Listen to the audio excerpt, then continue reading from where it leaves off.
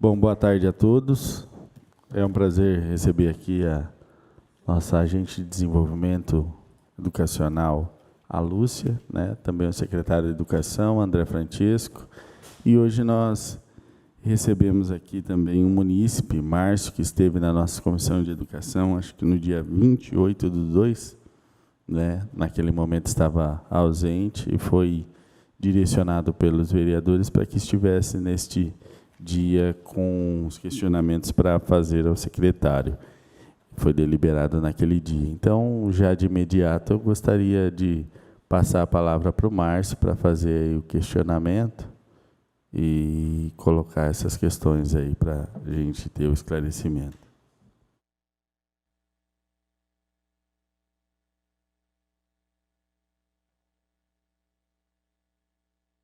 Já ligou. Boa tarde. Boa tarde a todos. Obrigado pela abertura aí de eu poder tirar algumas dúvidas aí com o pessoal. Eu tive aqui faz um tempinho, não vou me recordar a data, e aí na ocasião a gente surgiu algumas dúvidas e como o secretário não estava aqui, eu tentei algumas vezes tentar marcar reunião com o secretário lá, mas eu não consegui. Então, como eu também abri 3 processos para tentar entender algumas coisas e a resposta não foi satisfatória, aí eu continuei dando segmento nesse assunto, né? Eu queria só fazer algumas perguntas, só para efeito de contexto dos questionamentos que eu tenho para o secretário. Secretário, o senhor reside na cidade de Limeira? O senhor mora aqui mesmo? Ou só trabalha aqui? Eu peço para suspender um minutinho. Tá. Está reaberta, então, a reunião, aí eu vou passar a palavra para o Márcio novamente. Tá. Então, vou retomar aqui, vou colocar o secretário dentro do contexto. A minha filha, eu tenho 2 filhas, as 2 estudam em escola municipal. A Júlia, que tem 10 anos, ela estuda desde os 7 meses de idade. E aí, o que está acontecendo? No ano de 2023, o ano passado, houve 4 trocas de professores num único ano. No ano de 2022, mesma coisa. Ou seja, não teve um ano que não teve troca de professor. Na sexta-feira eu tive uma reunião com a professora dela, que por sinal é substituta, não é efetiva ainda, e aí ela tentou me tranquilizar, falando que existe um cronograma, que os professores, mesmo que há uma substituição, que eles dão continuidade num cronograma de estudo. Na teoria isso é muito bonito, mas na prática não funciona. Eu posso dizer isso por quê? Porque eu acompanho realmente. Então, o que está acontecendo? Isso está atrapalhando o desempenho dos alunos. E aí eu comecei a ir atrás disso e comecei a ver algumas discrepâncias no processo de contratação. Por exemplo, na semana depois da nossa reunião, eu fui fazer umas pesquisas e aí eu descobri que os professores que vão ser contratados para o ano de 2024, segundo o próprio site aqui do limeira.sp.gov.br, o site o SME, ele fala que os professores vão ser chamados no dia 22 de fevereiro de 2024, ou seja, depois que já começou o ano letivo. Então, partindo desse princípio, a professora dela mesmo, hoje ela pode continuar ou não. E eu queria entender por que esse processo não iniciou lá em 2023. Porque eu não consigo entender isso. Eu vi que o secretário trabalhou no SESI, né? Eu sou filho do SESI por ter estudado lá do 1º à 8ª série, né? Então, a gente tem essa variedade aí com a instituição. Então, aí, se o secretário pudesse me explicar, que essa foi uma dúvida que surgiu, por que só agora, em fevereiro, depois do ano letivo já ter iniciado, que vai começar a contratação dos professores? Acho que assim acho que fica mais fácil da gente conduzir a conversa. E eu entendo a dúvida, né, que é gerada. Por quê? Porque nós temos uma diferença grande entre as escolas particulares e o serviço público, né, as escolas públicas. Você comentou que sua filha estuda desde os 7 meses, né, na escola. Hoje ela está numa escola, está no 5º ano, né? Ela estuda no Flora, No na frente Flora, da né? prefeitura. Isso. O que acontece? Nós temos 2 tipos de profissionais na rede municipal, professores. Nós temos o professor efetivo concursado e nós temos um cadastro reserva de professores substitutos, porque dentro do Estatuto Municipal, do Estatuto do Magistério, existem algumas questões que são da carreira do magistério municipal, do magistério da carreira pública. Nós temos a possibilidade do professor ingressar numa carreira ascendendo a função de coordenador pedagógico, de vice-diretor, eventualmente até fazer o concurso para diretor de escola. Então, existe toda uma carreira para os professores. E algumas condições particulares propiciam para os professores afastamentos legais que vão auxiliá-los na carreira, que auxiliam o sistema educacional e também, de certa forma, auxiliam na carreira. Então, os afastamentos dos professores, além daqueles afastamentos legais, por exemplo, licenças não remuneradas, as licenças por motivo de saúde, as readaptações, já existe um rol de atividades que propicia que os profissionais, os professores, eles se afastem do cargo ou de forma permanente, ou eles peçam exoneração, ou então de forma temporária, como são o caso das licenças.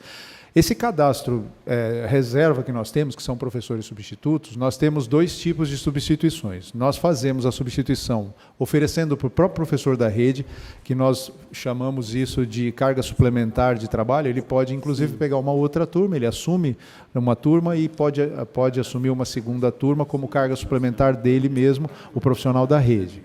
E existe essa possibilidade de... Nós temos professores substitutos efetivos, que nós distribuímos esses professores para atuar principalmente naquelas faltas pontuais, quando o professor tem um problema de saúde, tem um problema médico, ou tem um abono, que também é um direito do professor.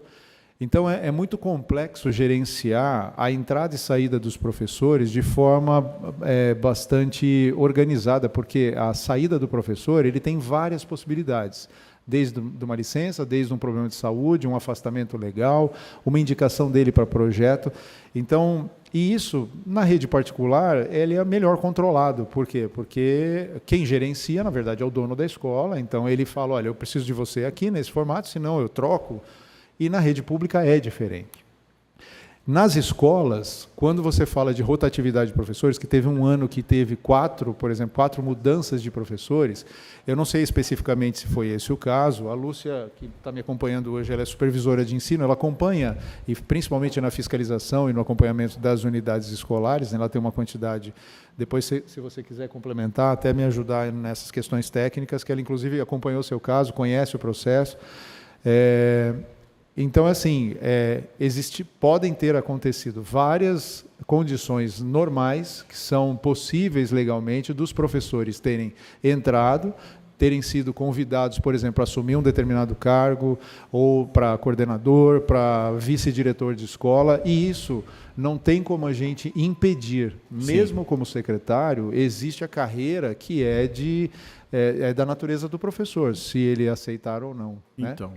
Esse é um outro problema que eu identifiquei. O que acontece muitas vezes, e isso aconteceu ano passado com professores.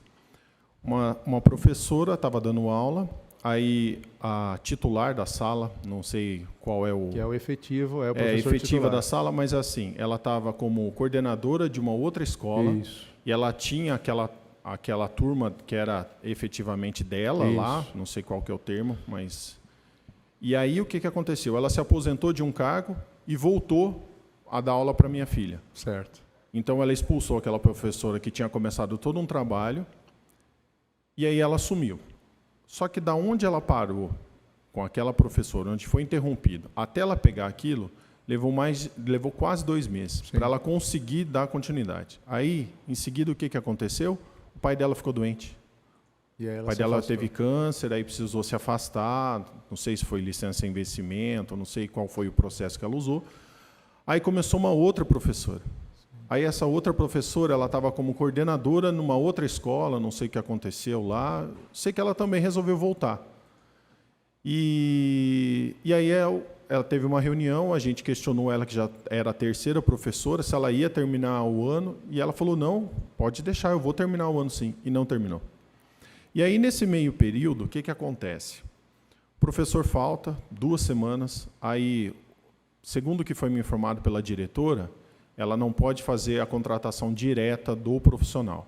Ela tem que ir lá e cadastrar no banco de dados da prefeitura, e aí verificar a disponibilidade de professores. Ou seja, um processo bem demorado, complicado, que leva, às vezes, semanas ou até meses para acontecer. Que foi o que aconteceu. Por quê? Um professor lá da escola, substituto, não sei exatamente qual que era o cargo dele lá, que terminou o ano. E aí, agora já começou o ano. Então, e sem detalhe, tinha dia que não tinha professor. Aí, o que eles faziam? Eles pegavam, juntavam o 4º ano, que era o dela, junto com o 3º, que também tinha faltado, junto com o 5º. Ou seja, é só para não virar bagunça, porque estudar mesmo é impossível. Colocar 60 crianças numa sala de aula de várias turmas diferentes para ter matérias diferentes é impossível. Vira uma bagunça. E é o que está acontecendo. E qual que é o grande problema que eu vejo disso? Algumas facilidades, eu entendo que todo mundo quer galgar melhores posições, virar coordenador, até o vereador já me falou que houve uma aprovação de um projeto que agora o processo vai ser diferente, se eu não me engano, só para coordenador. Mas o que acontece? Eu apelidei isso de dança das cadeiras. Por quê? Porque ele surge uma vaga de coordenador, vice-diretor, diretor, não sei como que funciona o processo para... E aí ele simplesmente abandona aquela sala de aula e vai lá assumir o cargo. Chegou lá, deu algum problema, não se deu bem com o diretor, com alguém da turma, não deu certo. Ele volta. E aí fica nisso. Eu fui lá, eu vou lá testar. Aí eu volto. E aí quem paga o pato? Os alunos. Então, assim, no meu ponto de vista, eu acho que não tem problema nenhum você ir para coordenador, tá? Desde que já tenha o professor para dar aula. Porque a linha de frente não pode ser penalizada. Porque quer fazer? Ótimo, faça isso. Mas com organização. Não deixar alunos 2 meses sem professor porque o professor deles abandonou e foi virar coordenador, vice-diretor ou qualquer outro cargo que seja. Dentro da rede pública. E outra coisa que eu percebi conversando com outros professores, isso atrapalha até na rede particular. Por quê? Ele começou a dar aula agora num determinado colégio particular. Aí agora ele vai ser chamado. Dia 22 de fevereiro ele começou a ser chamado para assumir as salas do concurso que ele prestou lá em 2022, 2023, não sei quando foi o concurso. E aí ele vai abandonar também a escola lá que ele estava, que ele já iniciou um trabalho, para assumir. Ou seja, 3 turmas diferentes penalizadas. A do professor municipal, que já iniciou o trabalho, aí o professor vai sair, vai assumir essa sala, e a escola vai ter que contratar um outro professor. Então, assim, eu não entendo realmente qual é a dificuldade de fazer isso no ano anterior. Se vocês puderem me responder, eu agradeço. Deixa eu só fazer um comentário. A Claro. Lúcia quer fazer um comentário, inclusive, também por conta até do acompanhamento, mas você percebe a dificuldade? Sim. Quando você... até corrigindo um termo que você utilizou, me permita, é Márcio, né? Sim. Desculpa, é Márcio. Corrigindo, você fala, ela foi lá e expulsou a professora da sala. É uma maneira Eu sei grosseira que é uma de forma falar, de expressão, mas assim... quando a gente tem o professor titular, né, o professor que ele é efetivo, concursado, ele tem o direito, porque ele passa por um processo de atribuição.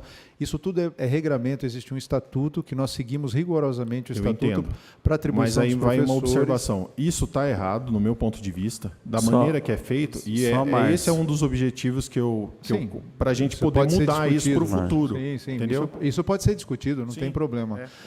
Pode ser questionado. É só para não interromper. A gente não interromper um outro, e aí a gente já seguir aí com o máximo de, lógico, respeitando tudo certinho, porque tem uma agenda às 18 horas Não, com relação à comissão de orçamento também. Não, tranquilo, só vou responder bem objetivo, porque assim, tudo pode ser questionado, né? Tudo pode ser discutido, qual é a melhor forma. Existem municípios que têm formatos diferentes, não são estatutários, tem outros municípios que são estatutários e têm outras características em termos de lei. O nosso município, as leis que regem o município são essas e a gente segue rigorosamente aquilo que é possível seguir nessas condições. O coordenador ele tem essa prerrogativa, aliás, o professor tem essa prerrogativa de se candidatar.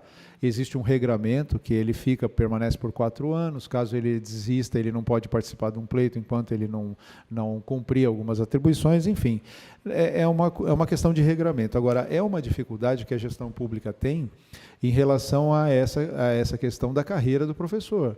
Por quê? Porque o professor tem essa possibilidade de assumir um segundo cargo, de galgar uma posição como coordenador pedagógico, como vice, ou então prestar um outro concurso. Isso é uma deliberação que é um direito da carreira do próprio professor. Em alguns casos gera dificuldade? Gera impacto? Gera, com certeza gera. Nós perdemos muitos professores para municípios vizinhos que entendem que outras propostas de outras carreiras são mais interessantes do que a nossa. Então, muitas vezes a gente disputa até com o município vizinho, não é nem internamente só de Limeira. Às vezes é uma escola com a outra, ele tem essa possibilidade, mas muitas vezes é entre cidades, né? Então, é uma dificuldade, eu entendo, mas é tudo que acontece em termos de substituição e a atribuição, inclusive, o porquê que ele não assume, porque o professor substituto, ele passa por um concurso, né? Ele passa por um processo seletivo. E esse processo seletivo precisa ser homologado, ele tem todo o trâmite burocrático que não pode ser feito com antecedência, porque o contrato dos professores é vigente durante o ano, desde quando ele assume até 31 de dezembro, até o final do ano letivo. Então, ele tem um contrato de trabalho, porque ele não é um concursado. Ele passa por um processo seletivo temporário para substituir nos casos do impedimento do professor titular. Eu vou só abrir para a Lúcia fazer um comentário. Então. O contrato é de 1 ano. Todo ano precisa ser renovado. Então, mas era isso que eu queria esclarecer, né? Quando o senhor Márcio pergunta por que isso não é feito antes, é feito antes. O primeiro processo de atribuição que é realizado é no mês de dezembro. Na semana do dia 15 de dezembro, nós fizemos o processo de atribuição para o ano de 2024. Então, todos os professores que são efetivos, a atribuição foi feita na semana do dia 15 de dezembro. Professor efetivo de educação infantil, ensino fundamental, arte e educação física.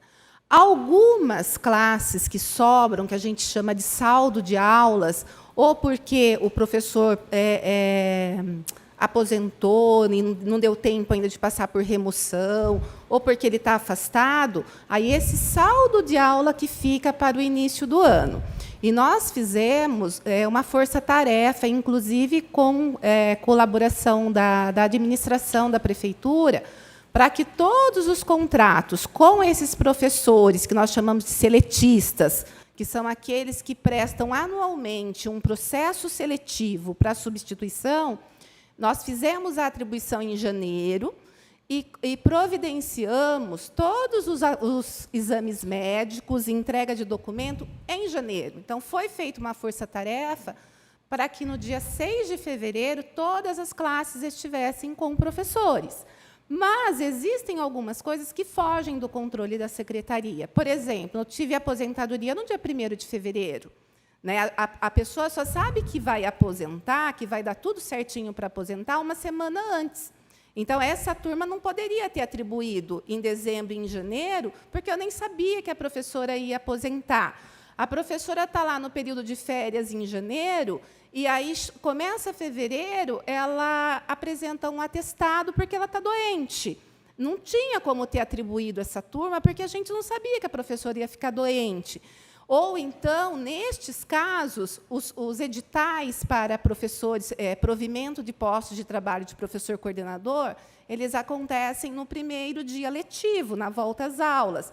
E as escolas que estão sem esse profissional, eles vão lançar os editais deles na primeira semana de fevereiro. E aí tem um movimento, quer dizer, aquela classe que já estava atribuída, aí eu tenho um professor que vai estar saindo. Então, a gente, enquanto equipe técnica, e nós defendemos muito isso, que no primeiro dia letivo, todas as salas estejam com o professor. Nosso objetivo tem sido isso, e a gente tem trabalhado muito para isso. Mas, infelizmente, a gente fica doido quando acontece isso, nós não conseguimos prever tudo. Até mesmo a sua sugestão de que eu só posso liberar um professor para ir para a coordenação pedagógica quando eu tiver o que vai assumir a sala de aula, nós estamos fazendo. Só que acontece, por exemplo, algumas situações assim, um professor do processo seletivo, porque só para quem não conhece o processo, a gente tem uma grande atribuição anual, que é todo final do ano, que a gente atribui para todos os professores efetivos, e para essas substituições, a gente tem o ano inteiro. Exceto na semana que tem feriado, não tem atribuição, mas as semanas que não tem feriado, toda semana tem atribuição. Tem fases de atribuição. Na quarta-feira é para professor que quer carga suplementar, na quinta e na sexta é para seletista. E acontece do professor seletista ir lá no sistema de atribuição, indicar que ele quer aquela classe, entregar a documentação, fazer exame médico, e depois ele fala assim, viu, eu pensei melhor, não vai dar certo a minha logística aqui, não vou declinar. E aí a gente tem que começar tudo de novo, o processo. E nós não gostamos que isso acontece, porque no lugar que eu trabalho, que os 3 processos que o senhor protocolou, eu cheguei a ver, eu não respondi, mas eu cheguei a ver porque foi em janeiro, e a gente estava naquele período de uma equipe saindo de férias e outra voltando, e eu cheguei a ver, o processo já estava respondido, fui eu que despachei para o gabinete. Eu li o processo, e eu vi as suas queixas, e eu concordo com as suas queixas, e a gente tem trabalhado. Mas tem algumas coisas que, por conta mesmo daquilo que é direito do professor, e é um direito constitucional, é um direito que está dentro da legislação, nós ainda não estamos conseguindo atuar. Mas nós temos buscado alternativas, porque nós defendemos, enquanto equipe técnica da secretaria, que o aluno tem que ter professor, 200 dias letivos. E nós ficamos o tempo todo repetindo isso para o gabinete do secretário, porque nós exigimos, enquanto equipe técnica de ADE, que o aluno tenha 200 dias letivos. Entendi. Deixa eu só questionar umas coisas que eu anotei aqui para a gente não se perder na nossa conversa e ser bem produtivo. Então, pelo que está no site da Prefeitura, da Secretaria de Educação, hoje vocês têm mais ou menos 1.307 professores efetivos para 95 unidades e 22.399 alunos. Tá?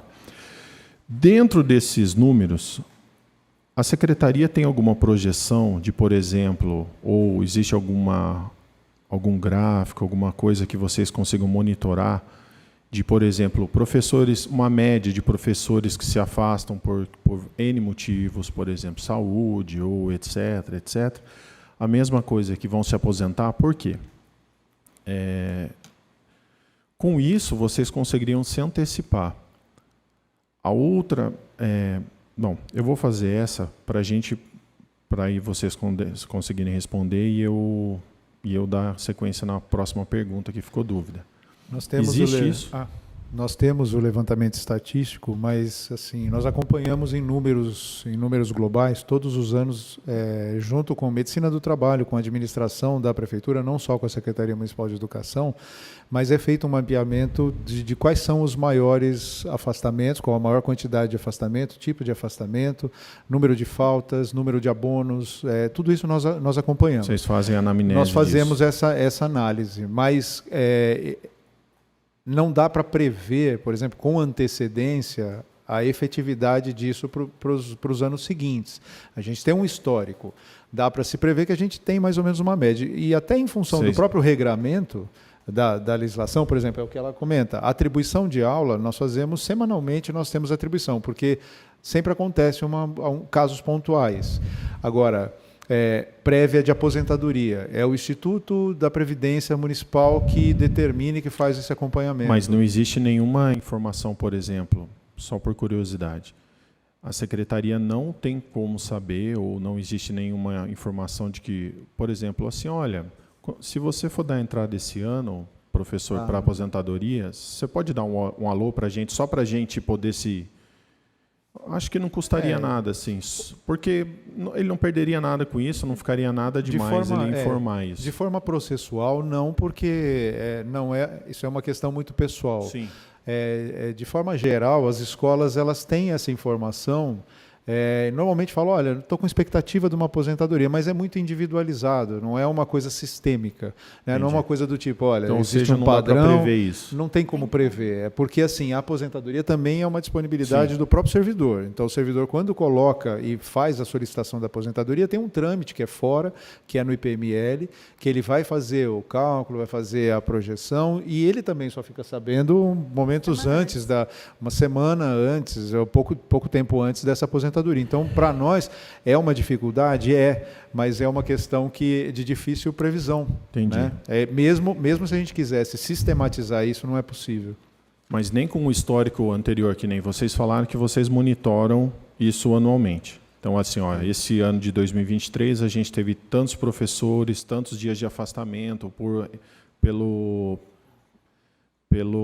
CID tal, etc., tal. Se você fizer o gráfico comparativo de 2023, 2022, 2021, lembrando que teve o Covid aí, que é uma outra situação aí, não consegue ter uma estimativa gráfica, por exemplo, olha, eu vou ter 10% de professor esse ano aí que... Porque qual que é o objetivo dessa pergunta? É realmente saber... Se consegue planejar com antecedência. Porque da maneira que a gente vai colhendo a informação, parece que é impossível prever isso. E eu não consigo imaginar que seja impossível prever. É praticamente impossível. Previsão a gente até consegue pelo estatístico. Ter uma previsão... Uma média. Mais ou menos uma média histórica. Você levanta uma média histórica, até porque você não sabe... Caso de licença saúde, por exemplo, é imprevisível. Imprevisível. Licença maternidade, é imprevisível. Sim. Quem concorre ou quem assume, quem sai de um cargo, de uma função e entra em outra. É imprevisível também. Sim.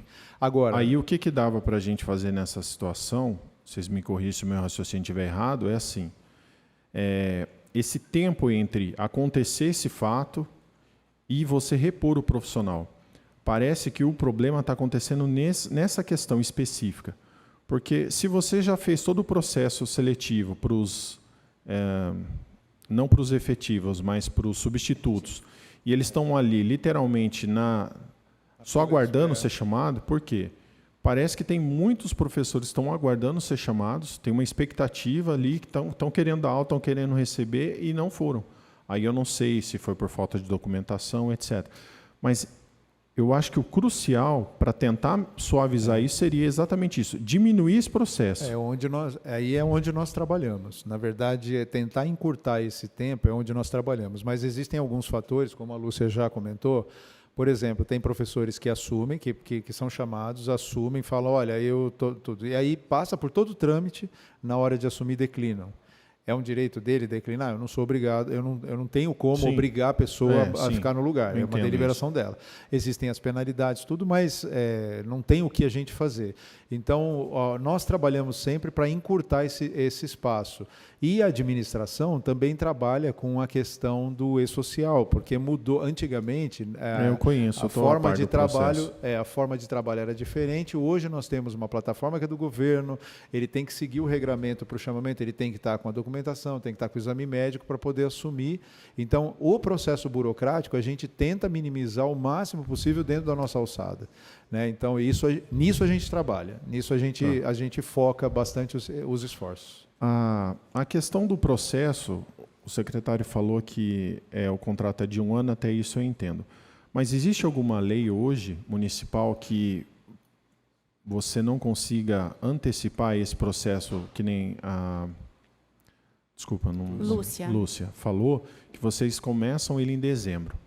Então, de dezembro, que aí junta Natal, Ano Novo, férias, aquela bagunça que todo mundo sabe que é final do ano, a gente não conseguiria antecipar isso para novembro, dezembro? Existe alguma lei hoje que impede que faça isso para que a gente consiga, de fato, tá tudo pronto? Então, na verdade, não começa o processo não é dezembro, na verdade começa no início do ano. Em março, a gente abre o processo já para o ano seguinte. E o processo ele passa por várias etapas. Primeiro, dotação orçamentária para poder abrir o processo, a gente precisa ter uma dotação orçamentária. E nós estamos no ano anterior, então já é uma questão de antecipação para poder abrir o processo seletivo, para ele ser finalizado. Aí depois entra a parte de escolha do instituto ou de quem vai fazer o processo seletivo, porque nós não podemos fazer esse processo, nós temos que contratar, fechar, fazer uma licitação, não sei se é o processo licitatório, se é um chamamento, a gente escolhe a empresa que vai fazer o processo. Então, ele começa, na verdade, não é em dezembro, a gente antecipa a maior parte dos passos, nós começamos, leva praticamente o ano inteiro preparando para o ano seguinte. O final, onde culmina isso, é na última atribuição, que é a prova, homologação do processo seletivo. Então, tudo isso já é um trâmite o mais antecipado possível, né? Porque aí a contratação de qualquer forma, se eu antecipar para agosto, as contratações elas só podem começar a ser feitas no próximo ano, porque existe um contrato vigente, precisa encerrar o contrato para eles poderem assumir. Então, assim, é uma das coisas que a gente trabalha muito, pensa muito e tenta achar soluções possíveis para tentar antecipar ao máximo. O que nós trabalhamos como executivo, na verdade, é tentar trabalhar com políticas internas que minimizem as ausências, que a gente consiga uma política que tenha menos afastamentos, que tenha menos licenças, que tenha menos abono, para que o profissional que é efetivo da prefeitura, que é o concursado, que é o professor titular da sala, que ele permaneça o maior tempo possível para a gente não precisar substituí-lo. Né? É nisso que a gente trabalha, apesar de todas as outras possibilidades. Mas você concorda comigo que não sei se é uma infeliz coincidência, dos 4, né, vou falar do que já foi, dos 4 anos, não houve um ano que não houve substituição, por N motivos. Assim. 4? Na verdade... Não, digo assim, do primeiro... Depois teve o período de pandemia, que aí de fato esse não houve... Na verdade, sempre teve processo seletivo. Não. Acho que ele está falando do caso específico da filha dele. Não, esse é uma Porque eu entendo o seguinte, se ali, que eu deduzo que é uma escola referência, como eu ouço bastante, né, tem esse problema dessa troca de professores contínua aí, eu fico imaginando outras escolas aí que talvez não tenham uma direção como tem de lá, enfim. E qual que é o grande problema que eu estou identificando, e isso que me incomodou bastante, a qualidade do ensino, apesar de estar sendo feito provas, etc., assim, não está sendo penalizado os alunos. Vou te dar um exemplo de uma situação que eu fiquei sabendo recentemente. Hoje não se reprova, né, mais o aluno, né? O aluno tiver estourando... Tem retenção de ciclo, dependendo do caso. Mas tem que acontecer um milagre para o aluno acontecer isso. Por quê? Porque eu digo de situações que eu conheço próximas a mim, estou falando de situações, o aluno falta muito, não acontece nada.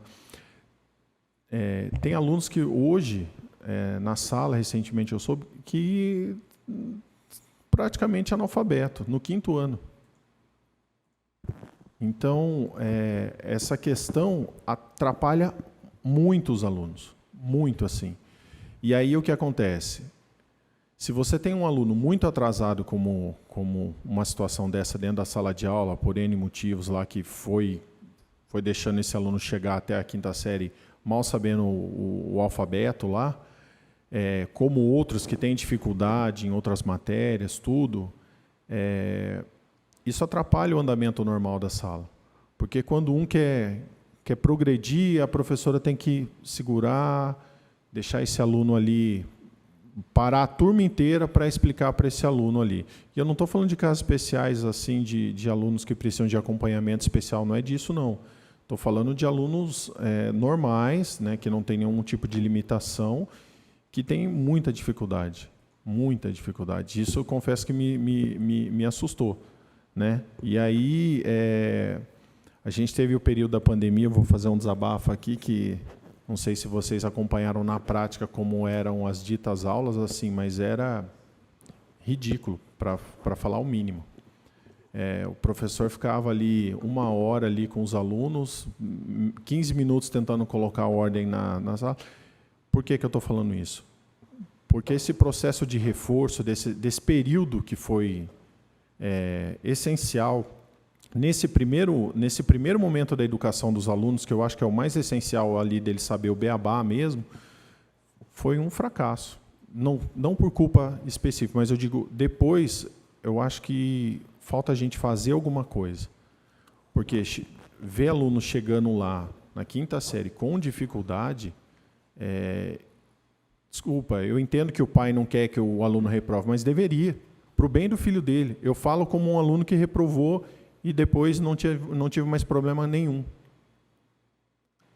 Posso por favor. comentar? Eu acho que a gente está caminhando para o fim. Assim, Márcio, você perguntou, será que foi uma infeliz coincidência, né? Eu acredito que sim. E aí, como a gente falou no início, que nós não íamos falar de vida pessoal, mas sim, eu vou me dar o direito de falar da minha vida pessoal. Eu trabalhei no Flora por mais de 15 anos. Na Escola Flora, fui vice-diretora lá. Meus filhos estudaram lá.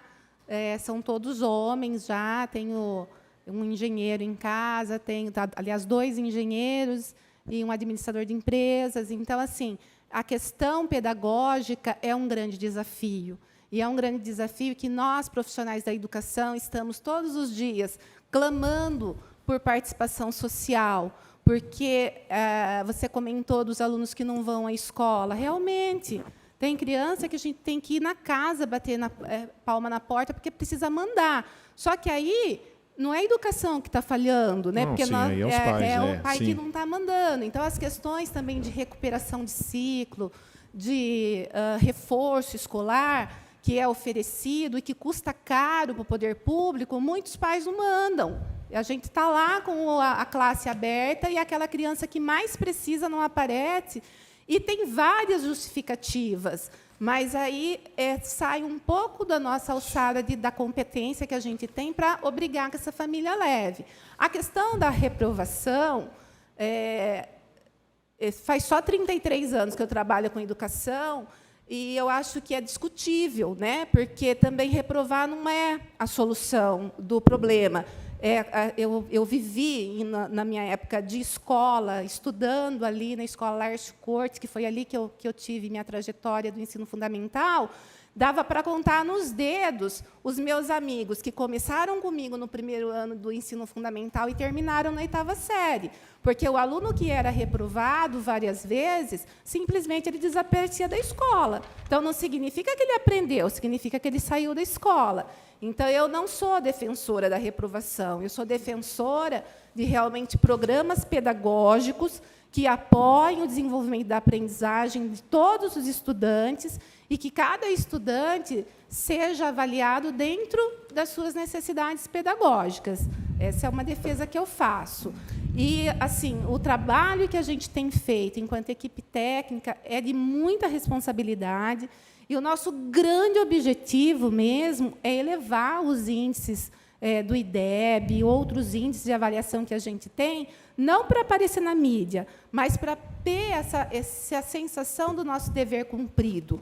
Porque a minha maior alegria hoje é quando eu sou chamada, por exemplo, numa rede social, de um aluno que estudou comigo lá na pré-escola e fala assim: "Ô, tia Lúcia, você não vai acreditar, esse ano estou me formando", e são diferentes profissões, né? Então, isso não tem preço para um professor. E a gente tem trabalhado muito nisso. Só que, aproveitando a sua fala, eu acho que a gente precisa de um movimento mesmo que envolvam, né, outros setores da sociedade como um todo, para que a gente defenda mesmo o direito das nossas crianças, que é o direito à aprendizagem, é o direito ao sucesso, é o direito a ser feliz naquilo que escolher ser na vida deles. Em relação à sua principal queixa, que é a falta de profissionais, a gente fez um trabalho sério. Eu olhei pessoalmente, no dia 25 de janeiro, nós tínhamos todas as classes atribuídas, exceto 14 aulas de arte. Só isso que não tinha atribuído. Fiquei feliz. Só que, a hora que começaram as aulas, Aí a gente foi sendo surpreendido por contratos que realmente o professor nem Fidelizou. apareceu, já tinha arrumado. Às vezes eles tentam várias coisas. Tentam Limeira, Iracemápolis, vai tentando. Ai, não posso correr o risco de ficar sem trabalhar. E daí ele só liga e avisa, olha, infelizmente deu certo para mim em outra rede, eu não vou.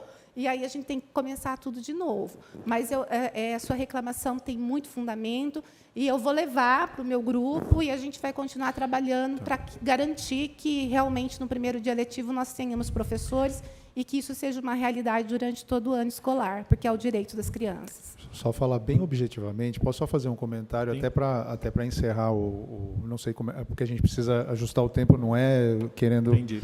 Mas com toda a humildade do mundo, de verdade mesmo. A Lúcia, uma feliz coincidência também, como você falou, uma infeliz coincidência, né? Uma feliz coincidência ela está aqui hoje, até podendo mostrar o lado de quem trabalha há 33 anos como funcionária pública da rede e que cobra diariamente do secretário, da gestão. A gente tem um trabalho muito próximo, ela é supervisora da rede, assim como vários outros supervisores, vários técnicos, e eu lido dia a dia com essa empolgação e com esse comprometimento da rede. Então, não é à toa, não é só da cabeça da gestão, a gente tem um direcionamento, tem um plano, né, tem um plano de governo para ser implementado, mas lidamos diariamente com essas questões, com esses desafios.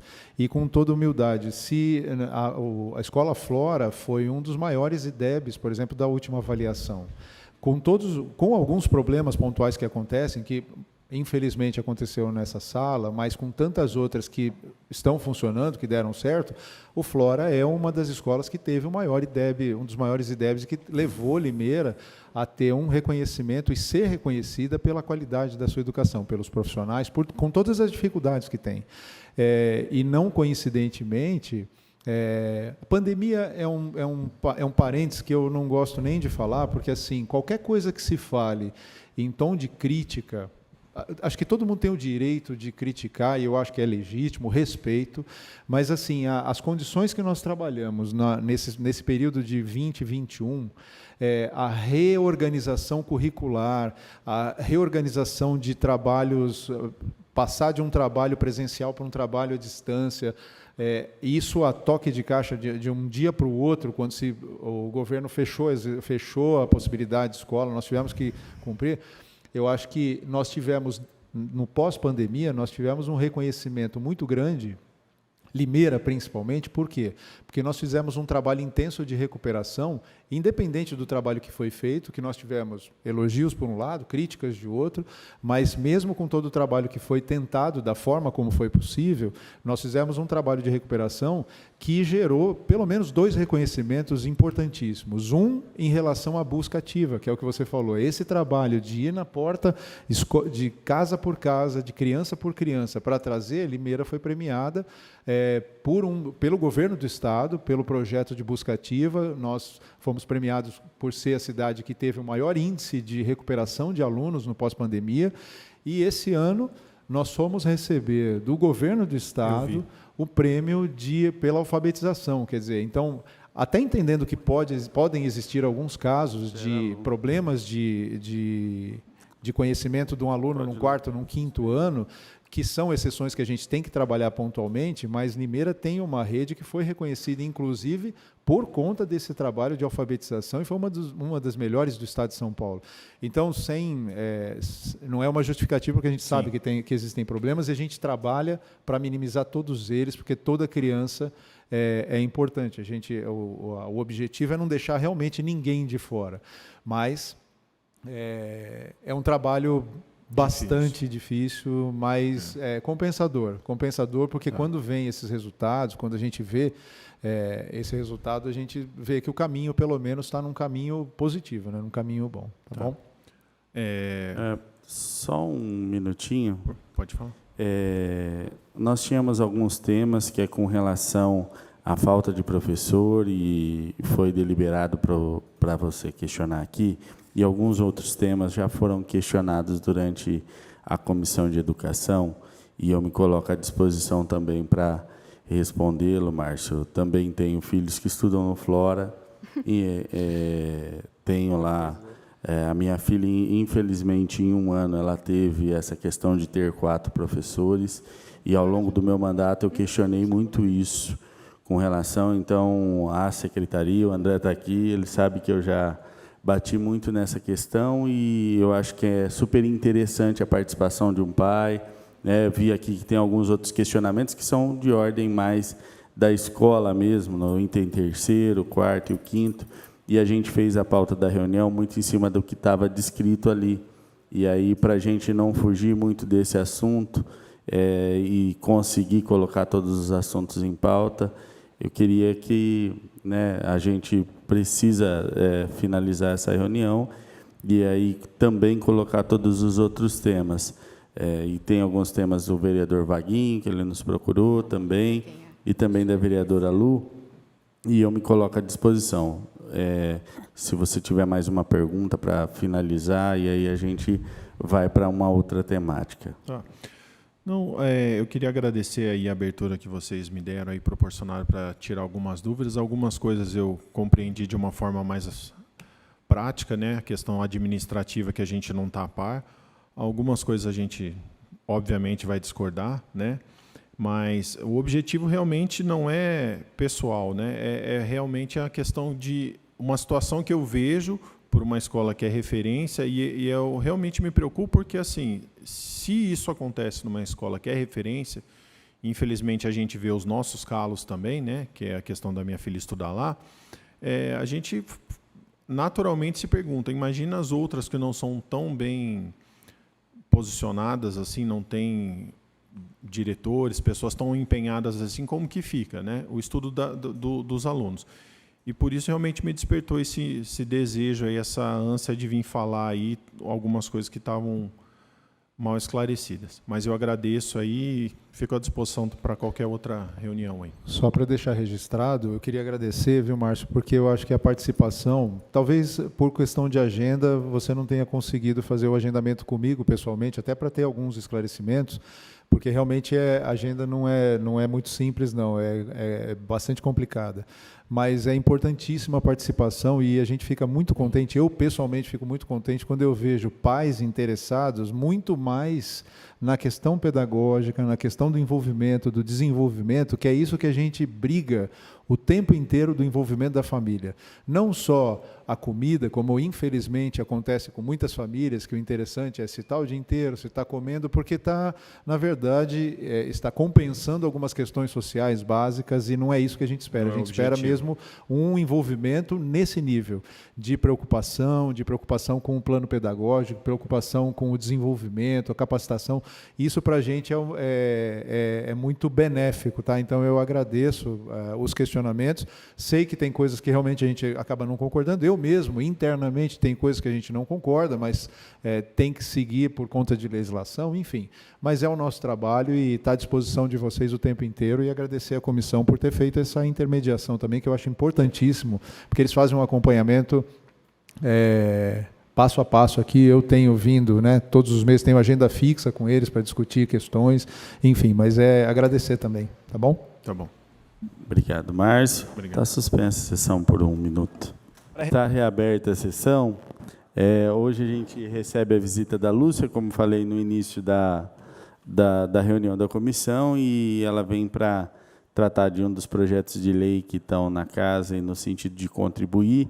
É um projeto que foi protocolado pela Frente da Pessoa com Deficiência, onde nós participávamos, e hoje nós estamos aqui. Ela acabou se extinguindo, mas protocolando alguns projetos, e a Lúcia escolheu a Comissão de Educação para fazer essas ponderações, e a gente está à disposição. Deixa eu fazer posso fazer só uma explicação geral, até agradecendo. Por quê? Porque a questão da educação especial, ela é muito cara para nós e muito importante, né? Todo o trabalho que é feito, ele é feito sempre em conjunto, desde a Secretaria Municipal de Educação, os grupos técnicos de estudo, os profissionais que são hoje designados para trabalhar com a educação especial no município, juntamente com o Conselho Municipal de Educação, com o Conselho da Pessoa com Deficiência. Então, nós procuramos, na verdade, desde o ano passado, ampliar esses debates, ampliar essa interação entre as ações de cada uma das entidades.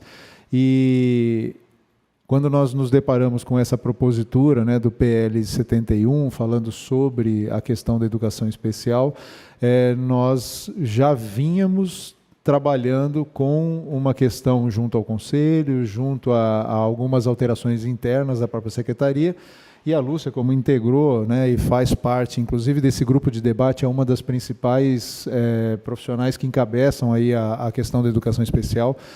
Nada mais justo do que ela fazer algumas considerações em relação ao PL, até frente, posicionando o PL hoje, que foi proposto pela Frente Parlamentar, e contextualizando em relação ao trabalho todo que já tem sido feito em parceria com as ações, aí, com as entidades que nós trabalhamos.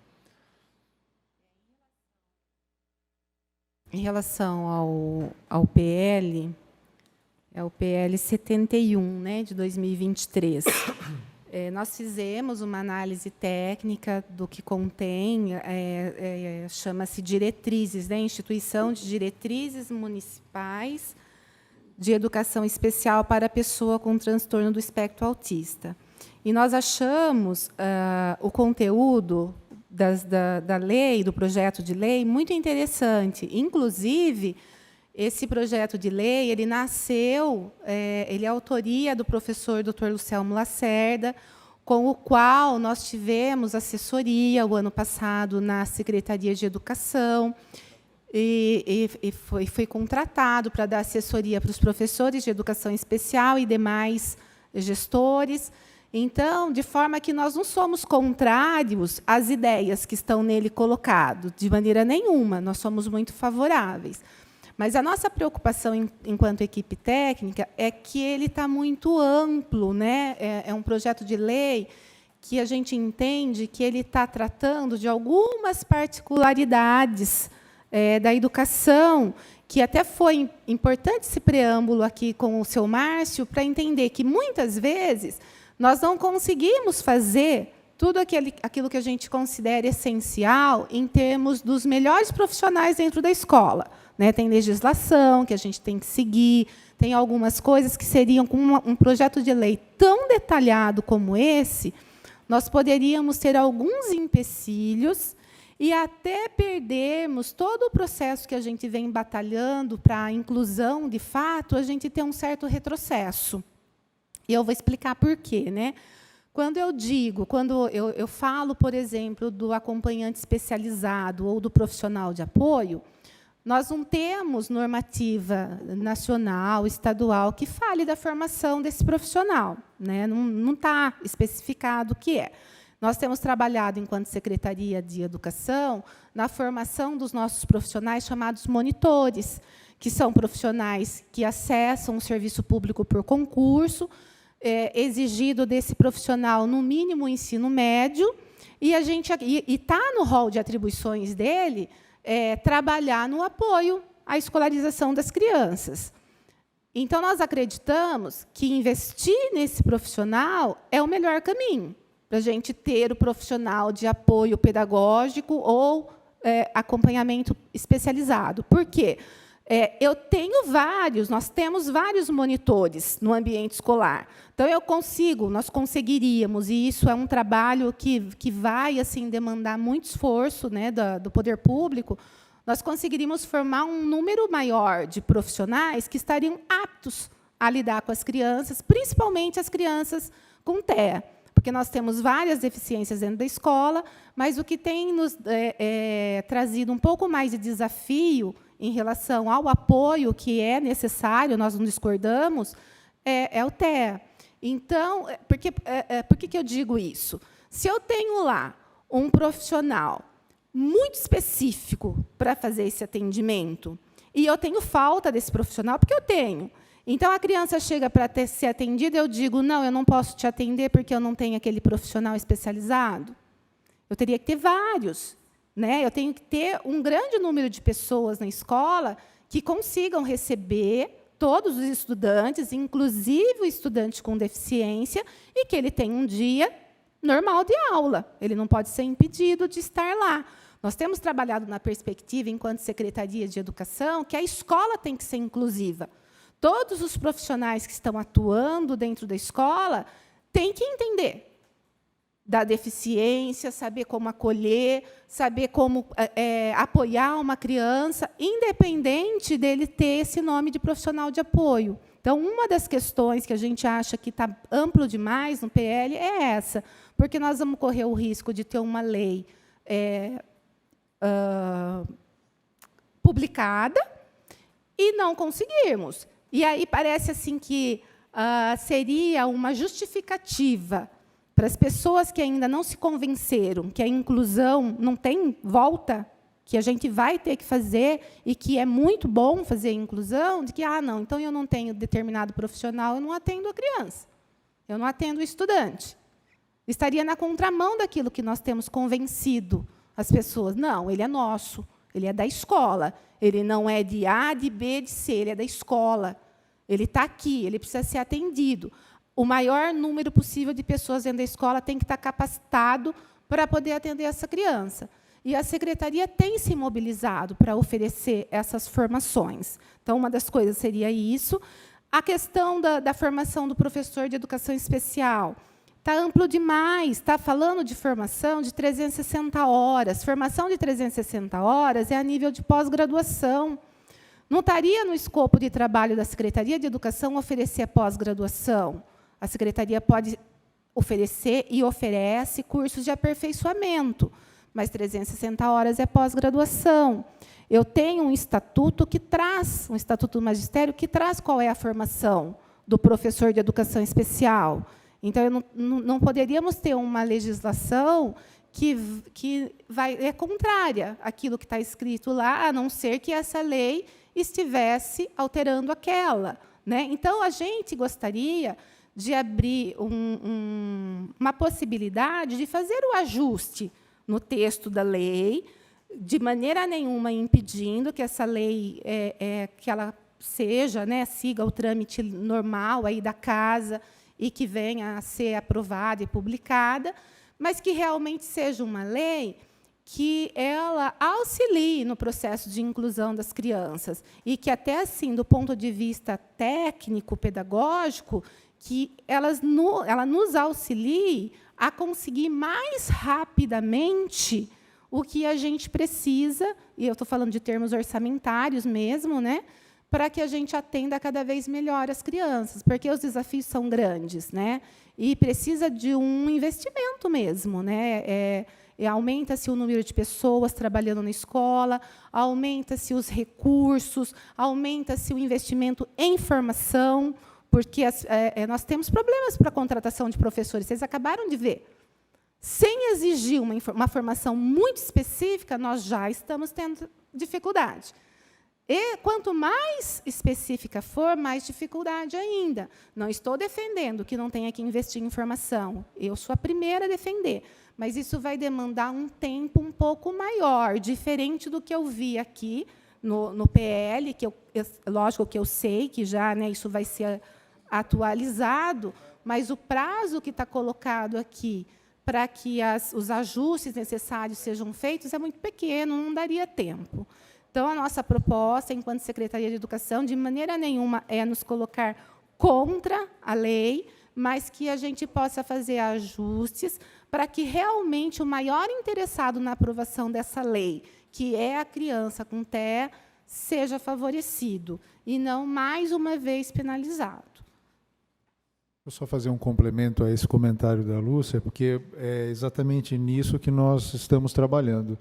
E não sei se você vai comentar também a questão de, como eu falei no início, a prévia que nós tivemos do trabalho foi, inclusive, ter um trabalho conjunto com a comissão, com o Conselho Municipal de Educação, que fez um estudo, né, montou uma comissão paritária junto com a secretaria de estudo das deliberações, daquilo que poderia ser deliberado em relação à educação especial. E foi publicado recentemente a deliberação do Conselho Municipal de Educação, incluindo muitas das premissas desse PL, estão sendo contempladas nessa deliberação do Conselho. Então, nós já tínhamos essa intenção de regulamentar e de fazer um encaminhamento em parceria com o Conselho Municipal de Educação para esse atendimento inclusivo, mais amplo, né, dessa forma como a Lúcia explicou.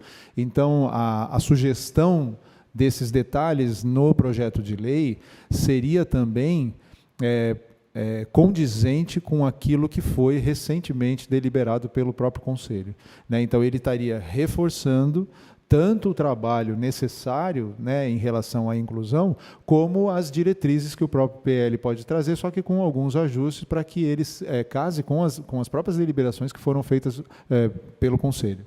Nós trabalhamos no final do ano passado, segundo semestre, foram várias reuniões, teve uma comissão paritária, integrantes da Secretaria de Educação e do Conselho Municipal, trabalhando no que nós chamamos de diretrizes também, diretrizes para o atendimento educacional especializado. E essas diretrizes, elas são para o sistema municipal, que inclui as escolas particulares que são supervisionadas pela Secretaria de Educação, as escolas de educação infantil. Então, esse primeiro documento, que foi aprovado pelo Conselho Municipal, foi publicado agora em janeiro. Depois eu posso até compartilhar com vocês a data de publicação no Jornal Oficial.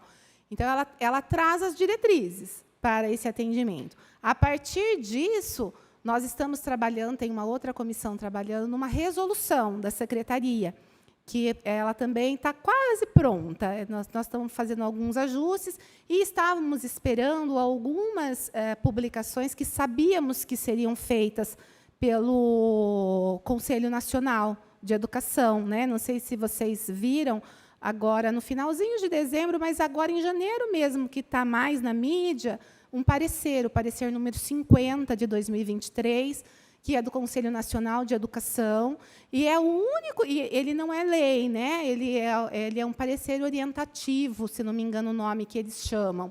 E, assim, várias coisas que estão lá aprovadas por esse parecer, você consegue identificar bem questões aqui desse PL.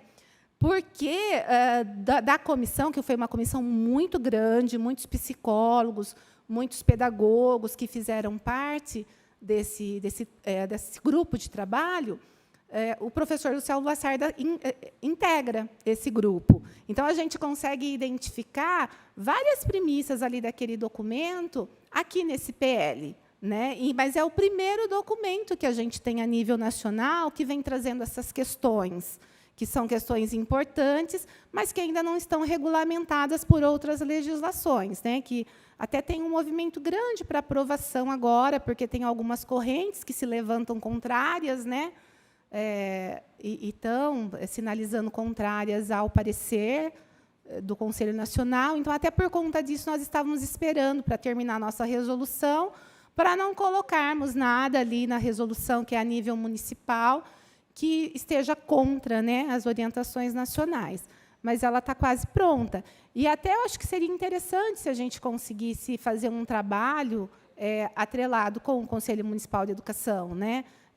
Talvez ter uma diretriz que seja mais ampla, e aí as legislações menores que a gente construa com participação do Conselho Municipal de Educação, porque são coisas assim procedimentais de natureza pedagógica, né? O que diz respeito ao plano de ensino, que é chamado de PEI, o plano de ensino individual, que nós já temos na rede. Um plano não chama PEI, mas nós temos, que chama PDI. Então, tem algumas coisas que nós já caminhamos, que nós já temos. E eu acho que dá para a gente unir esforços aqui e publicar uma lei assim, bem interessante e irmos regulamentando com participação do Conselho Municipal de Educação. É uma proposta. Alguma pergunta, Vaguinho? Eu particularmente, achei muito interessante essa fala da Lúcia. Eu só fico com uma preocupação, Lúcia, porque assim, esse projeto ele já está protocolado, acho que quase um ano já, acredito eu. Vocês teriam um prazo para poder nos apresentar as propostas que vocês têm para poder fazer as modificações de melhorias dentro desse PL, para que a gente não possa tardar muito a possibilidade de fazermos a aprovação desta lei? Sim, é rápido, nós já estamos com o estudo bem avançado. Aí eu só não sei assim como que vocês, como seriam as ações protocolares para fazer isso. Mas combinando aí entre Câmara e Secretaria, a gente consegue fazer rapidinho. Porque tipo, como o projeto 10 dias. já está protocolado, na realidade nós precisamos saber o que vocês têm de sugestão de alteração para que a gente possa apresentar um substitutivo desse projeto. Nós conseguimos fazer. Então, de repente, eu acho que seria interessante, presidente, eles nos apresentarem uma proposta de substitutivo desse projeto com as devidas alterações que eles colocariam dentro desse projeto, e nós avaliaríamos a possibilidade de fazer o substitutivo. Acho que a parte protocolar, me permite uma parte, acho que a parte protocolar poderia ser tanto de um lado como do outro, a partir até da disponibilidade de nós virmos aqui na Comissão de Educação apresentar essa questão. Pode ser, inclusive, uma proposta da própria comissão fazer essa sugestão, porque nós já temos esse estudo já avançado, já temos os pontos já foram avaliados, só precisaríamos talvez adequar a redação, talvez fazer uma adequação de redação, mas isso pode ser solicitado oficialmente pela comissão e a gente apresentar esse estudo já na sequência. Acho que talvez seja até melhor do que nós encaminharmos uma proposta de qualquer forma, mas é uma questão técnica, uma questão de detalhe. No nosso caso, a proposta de alteração, a gente pode fazer isso rapidamente, agora a forma de como apresentar pode ser solicitado pela própria comissão ou da forma que entenderem melhor, acredito. Bom, a gente pode ver isso daí de uma melhor forma e decidir isso daí posteriormente. Mas hoje, então, existe uma discussão, há mais ou menos uma base dessa proposta. Sim, já existe uma base que foi construída desde o ano passado, tem hoje a deliberação do Conselho com as equipes paritárias que foram trabalhando nesse assunto, e tem questões que já estão implementadas, inclusive, no município, né? Tem questões que estão sendo colocadas aí que já fazem parte dessa realidade do PL. Então, é importante que a gente tenha acesso e converse, né, já que essa foi uma sugestão que a frente, na época, recebeu, onde eu e Vaguinho fazia parte e por alguns motivos foi extinta a frente, mas era importante que nós também envolvêssemos aqueles que trouxeram, acho que na época era o pessoal do Instituto Conecta, o senhor José Milton, e que a gente envolva todo mundo e depois chegue num consenso aí para fazer a questão da forma mais construtiva possível. Porque é de interesse de nós todos que as leis que aqui forem aprovadas sejam cumpridas, né? Até dentro dessa frente, a Amanda, que é uma das nossas consultoras técnicas aqui da casa, fez um levantamento a pedido da frente na época, e muitas das leis que são feitas no âmbito da pessoa com deficiência, elas acabam não tendo uma efetividade grande, e isso é um objetivo nosso, que realmente seja efetivo.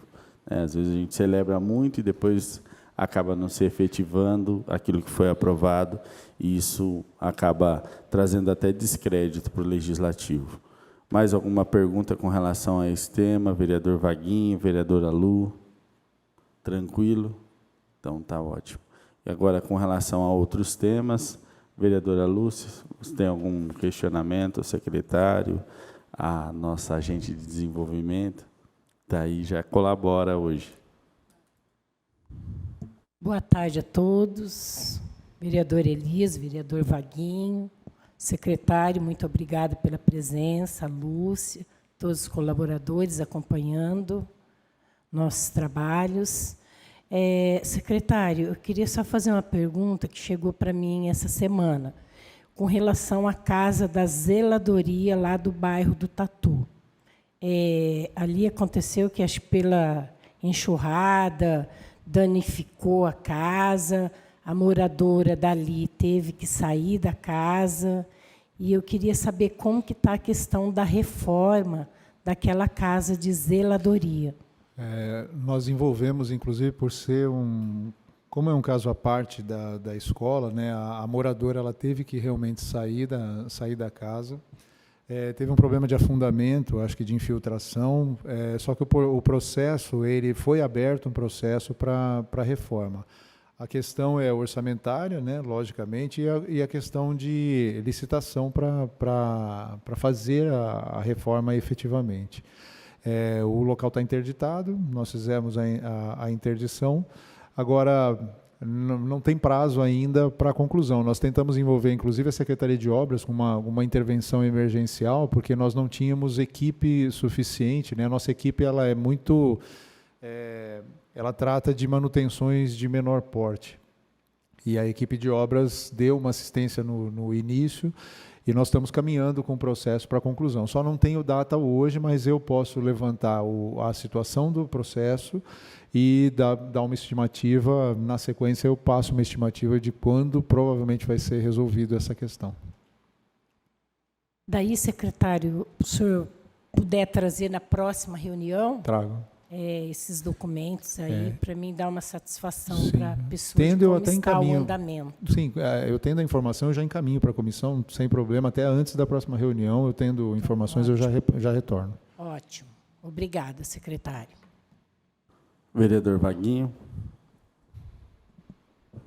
Senhor presidente, vereadora Lubogo, Lúcia, secretário, boa tarde. Me desculpe na minha fala, não cumprimentei aos funcionários da casa.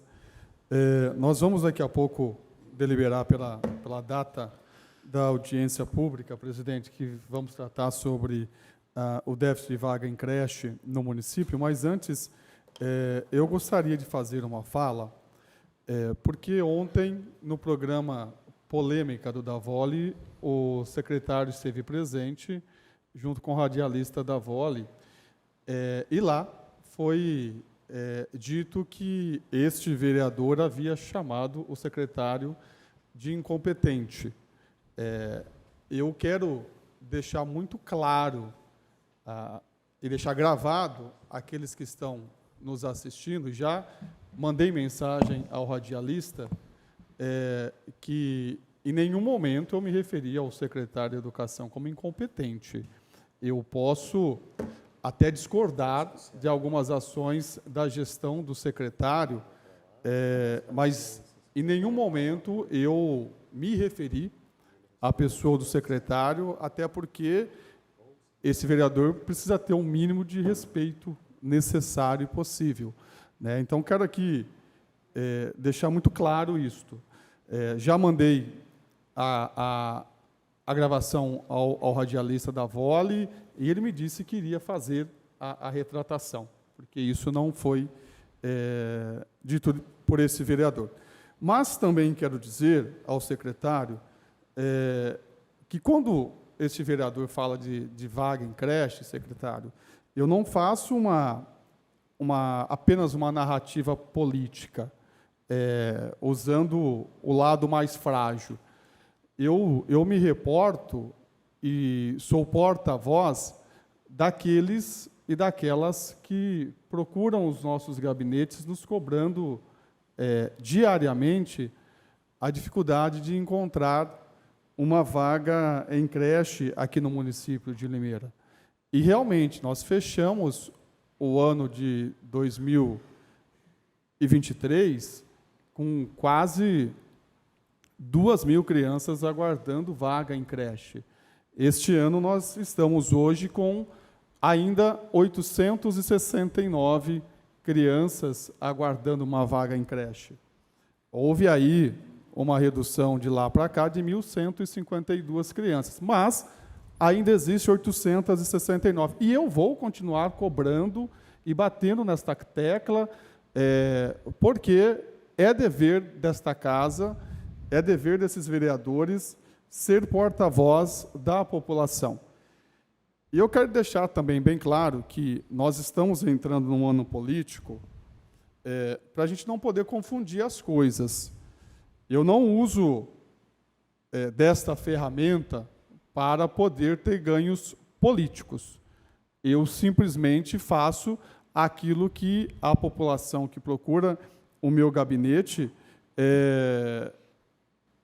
me pede, que é a vaga em creche, e me coloco, sim, no lugar daquela mulher que vai perder a sua vaga de emprego, daquela mulher que vai acabar retirando o filho ou a filha da escola pela criança estar distante da sua residência e não ter o dinheiro para poder pagar a van, vereador Lubogo, e se vê na obrigação de retirar a criança da escola.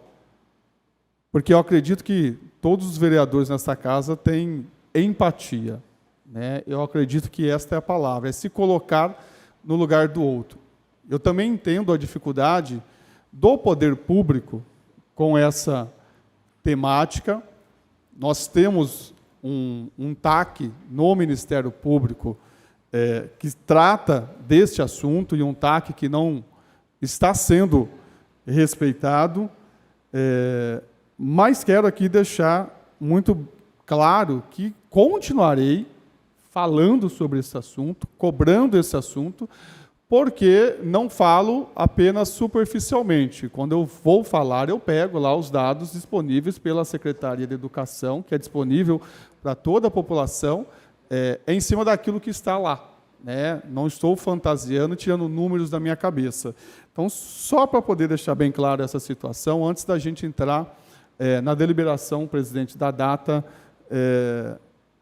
da audiência pública do déficit de creche aqui no município de Limeira. Mas a Lúcia tocou num assunto também, que é a formação dos monitores para dar o auxílio a essas crianças, em especial os portadores de deficiência. E nós sabemos o quanto é importante o papel do monitor nas escolas, não menosprezando nenhum colaborador, mas nós sabemos também o quanto é importante esse cargo dentro da Secretaria de Educação. A minha pergunta é ao secretário: André, no mês de abril nós vamos ter, abril e maio, a Secretaria terá que dispensar todos os contratados de monitores. Eu gostaria de saber qual é o número de monitores que serão dispensados em abril e qual é o número de monitores que será dispensados no mês de maio. E como a Secretaria irá repor esses monitores, uma vez que lá atrás nós já tivemos toda uma discussão nesta comissão da dificuldade da falta de monitores nas creches. Obrigado, Vaguinho, queria cumprimentar. É importante eu acompanhar o posicionamento na mídia, porque nós somos figuras públicas, somos questionados permanentemente, né, sobre o nosso desenvolvimento profissional, sobre o trabalho. E queria, com todo respeito também, falar que até o meu posicionamento, você deve ter acompanhado, obviamente, no programa, meu posicionamento foi extremamente respeitoso, mas direcionando, inclusive, quando foi citado, olha, mas o vereador Vaguinho falou o posicionamento do radialista, ele tem o direito à opinião dele, enfim, essa é uma questão pessoal, particular.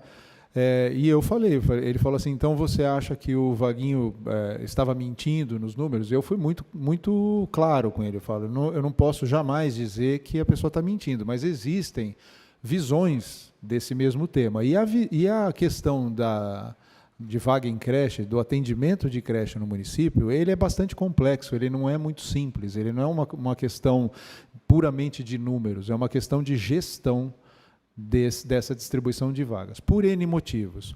Seja porque a prefeitura tem um núcleo fixo de atendimento e a população ela é flutuante, seja porque bairros muitas vezes crescem desproporcional a outros e muitas vezes eles migram.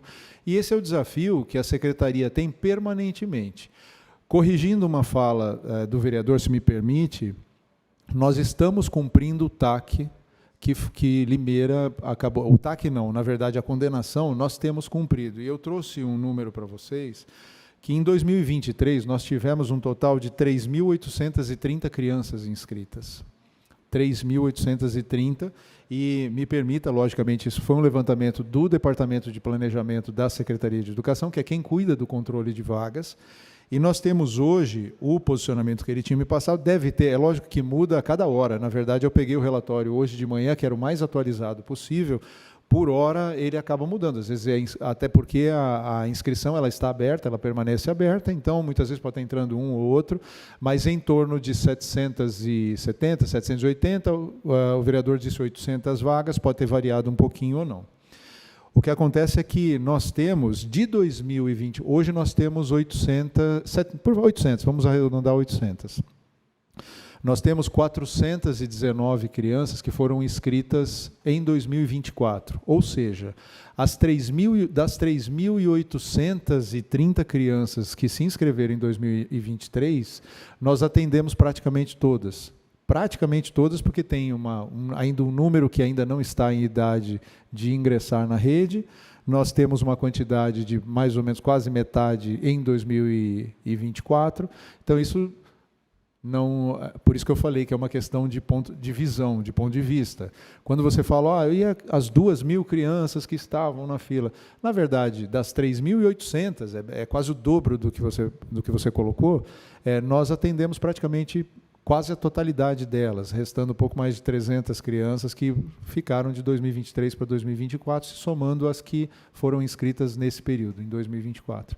Então, eu queria entrar num outro ponto, que é a questão da logística. Quando alterou a legislação, e a legislação propôs que a inscrição ficasse permanentemente aberta, ela tirou a prerrogativa de toda a secretaria, né, no nosso caso, e tiraria a prerrogativa das secretarias municipais, que precisam de um período para organização e planejamento. Porque eu pontuei, inclusive, isso no Ministério Público, que nós não teríamos condições, e nenhum município deveria ter essa situação, de ter escolas abertas, com vagas abertas, com funcionários à disposição, com alimentação, com toda a estrutura sem demandas, sem você ter essa demanda, aguardando a vontade da população em ingressar. Porque esse é o maior desafio da gestão pública. A população ela tem o direito ao serviço público de creche, porém ela não tem a obrigação. Isso significa que ela pode entrar e sair a hora que ela bem entender. Mas o poder público ele é estanque, ele precisa de um planejamento para construir uma creche, para ampliar um espaço, para fazer uma reforma, para contratar um profissional. Então, essa dificuldade que foi gerada de ter permanentemente esse cadastro aberto, ele gerou a dificuldade de você planejar uma ação mais efetiva, e aí eu vou entrar na questão dos monitores, que são diretamente aqueles que cuidam, né, no caso de vagas de creche. Isso gera uma dificuldade, porque você precisa ter profissionais à disposição, fazer o treinamento dos profissionais, ter espaços à disposição. E isso era feito de 6 em 6 meses. Então, a Secretaria ela vem, ao longo dos últimos 6 anos, fazendo esse encaminhamento ao longo do período. Então, a cada 6 meses, 7 meses, nós fazemos o encaminhamento de todos aqueles que se credenciaram, que se inscreveram e, periodicamente, foram sendo atendidos. É lógico que o ideal que nós gostaríamos era de ter a situação de entrar todo mundo ao mesmo tempo. Mas isso é impossível de você prever. Primeiro, porque quando você disponibiliza uma vaga para uma família, muitas vezes ela não aceita a escola que é indicada, muitas vezes ela não aceita porque ela tem 3 opções, ela gostaria da mais próxima da casa, mas tem uma segunda opção que ela não aceita. Então, existe toda essa dificuldade de fazer esse encaminhamento também. E isso é o dia a dia do trabalho da Secretaria, não é mérito, mas a gente entende isso como um planejamento necessário, porque nenhuma secretaria consegue trabalhar com um banco de reserva de tamanho que não tenha mensuração. Nós não temos a dimensão de quem vai se credenciar, que vai se registrar para para uma vaga em creche. E com relação aos monitores, que é um dos pontos, né, isso tirando toda a questão de construção, de obra, efetivamente, nós, ao longo dos últimos 10 anos, se vocês observarem números estatísticos, inclusive dados publicados, né, nós não tivemos uma grande variação de número de alunos ao longo desses últimos 10 anos.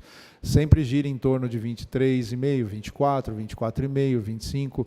Ele sempre flutua mais ou menos dentro desse número. Então, também não existe uma pressão muito grande de ampliar uma rede fixa, né, com mais obras, mais construções, apesar de nós estarmos atentos a isso e termos propostas para ampliação, para reforma, para construção de uma ou outra unidade a mais, para poder ter uma acomodação melhor, mas não existe essa pressão tão grande em relação a uma ampliação tão significativa na rede. Com relação aos monitores, nós fizemos um trabalho desde o ano passado, até sabendo que encerrariam-se os contratos emergenciais de monitores, nós já fizemos um levantamento no RH da Secretaria, fizemos já um mapeamento da quantidade de contratos e vencimentos de contrato por data, prazo, e tem contratos que vão vencer até em 2025. Nós temos uma parte em 2024, abril, nós temos em julho, depois são 3 ou 4 datas que nós temos de encerramento de contratos, porque nós tivemos contratações ao longo do ano. Então, como ele tinha a possibilidade de, se não me engano, 2 anos, então nós temos uma quantidade. Em abril, nós vamos ter cerca de 57, se não me engano, 57, se não for isso, é próximo disso. O RH me atualizou essa informação, são pouco mais de 50 monitores que encerrarão seus contratos. Nós já fizemos a requisição, já está no gabinete, já está na administração, a solicitação da reposição desses 57 e de mais 60, totalizando 115 monitores nessa primeira leva, contando com, além da reposição dos monitores que são do contrato emergencial, também ampliação e indicação de alguns monitores por conta dessa ampliação dos alunos especiais, de alguns atendimentos de ampliação. Então, essa primeira leva agora vai ser de 115 monitores. Os demais já estão programados para, na sequência, conforme forem encerrando os demais contratos, aí nós vamos fazendo as próximas requisições para autorização. Esse ano é um ano particularmente especial, então a gente tem que ter um certo cuidado em relação à folha, por conta de ser um ano eleitoral, tem todo um regramento administrativo que a prefeitura precisa tomar de cuidado, não pode ter um impacto significativo de folha de pagamento, tem todo o regramento que nós seguimos.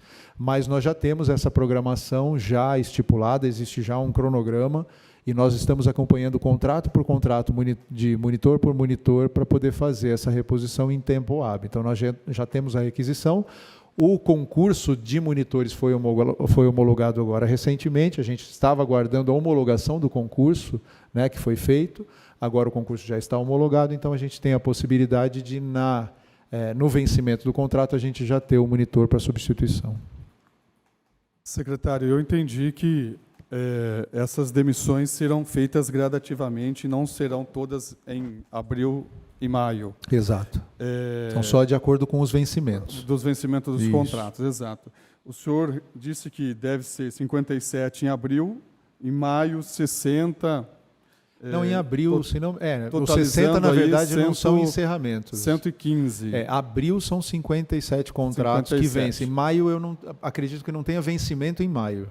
Acho que é um pouco mais para frente. Mas eu tenho as datas todas, depois eu posso confirmar data por data. Totalizando, nesse primeiro momento, 115. Os 115 são os 57 dos contratos e mais a ampliação que nós estamos fazendo, substituição de aposentadorias, de outros casos que nós temos que fazer a reposição, que não são só dos emergenciais. Nós temos um concurso público, que o senhor disse que foi homologado, e esse concurso é o que vai repor esses monitores contratados emergenciais. O concurso público, ele é 80 vagas. Isso só um edital, é o mínimo. Nós temos 80, mas hoje são 80 concursados que tem disponível para poder chamar. É isto. 80 concursados para chamar, 80 pessoas que prestaram o concurso que foi aberto, o concurso 1 de 23. Não, 80 vagas? 80 vagas. Participantes, acho que É não. que, na verdade, abriu lá 80 vagas, Sim. mas se passou um número maior, ele pode chamar. O mínimo que ele pode chamar é 80. No edital, como que nós fazemos? Nós fazemos um mínimo necessário para a abertura do edital do concurso. Então, nós nunca abrimos, por exemplo, com um número total possível, até porque o concurso ele tem uma validade de 2 anos com prorrogação para mais 2. Então, ele pode ser válido para 4. Então, nesse período, nós podemos chamar praticamente todos do concurso, como aconteceu de monitor. Nós chamamos todos do concurso anterior, foram chamados. Teve declínio, teve aceitação, mas nós esgotamos o concurso de monitores anteriores. Mas para a abertura do edital, para fazer o concurso público, nós colocamos um número mínimo. Então, no mínimo, 80 é o que nós temos que chamar. Como nós tínhamos uma previsão até maior do que isso, então o mínimo é 80, mas do concurso, dos aprovados, nós temos um banco aprovado bem maior do que isso e nós vamos poder fazer a chamada desses monitores. As escolas não terão a dificuldade de estar sem monitores com a ausência desses contratados. Essa é uma pergunta complicada, assim, dificuldade nós temos na gestão para reposição, haja vista o que o próprio pai, né, o Márcio, comentou aqui, dessa dificuldade de, às vezes, você ter uma aceitação, às vezes não, mas, assim, não é para ter dificuldade, porque já tem o planejamento de reposição desses monitores e da reposição dos demais em outros casos que não só o emergencial, inclusive as aposentadorias, tudo isso tem programado, lógico, salvo um ou outro caso de repente, estar na boca para contratação e houver um declínio, talvez demore um pouquinho mais o prazo por conta do processo burocrático mesmo para chamada e ingresso do monitor,